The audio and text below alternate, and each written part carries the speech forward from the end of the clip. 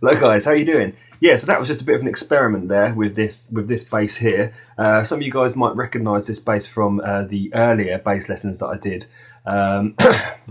before I upgraded to the Music Man, which I was lucky enough to receive. This was the Ibanez Sound Gear GIO. I love this bass, and obviously it's a 5-string. I really liked it.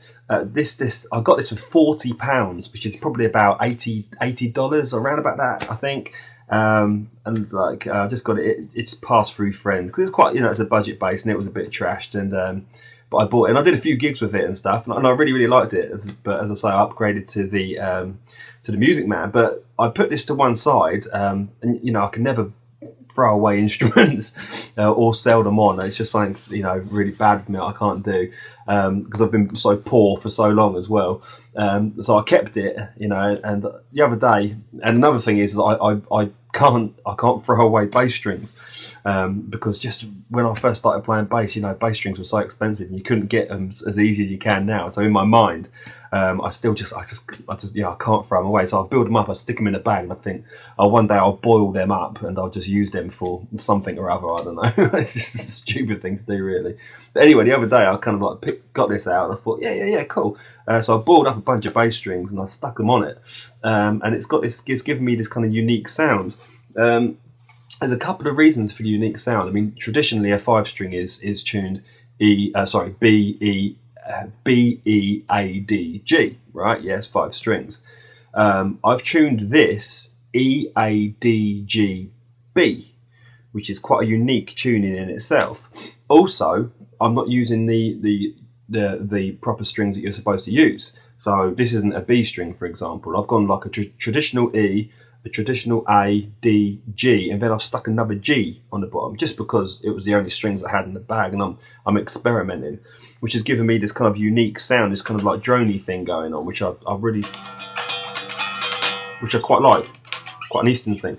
But there's another thing that's gone on here, which is really weird, which is like, if you have a look at the bridge, you can't really see there because of this situation that I am in regarding space. If you look, you can see the bridge is coming down right there. You see that? That last string, the bridge is, I'd say, a couple of centimeters lower than the rest of the strings on the rest of the bridge. Now what that's doing is obviously making the string nearer to the pickup. So it's giving this kind of, you can't hear it now, but it's giving this kind of like clangy effect, which is kind of sounding like a guitar in places.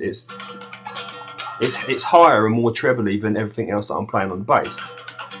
So when you're playing along with the bassier stuff, you've got this consistent and constant high at the same time, which gives it a really unique sound.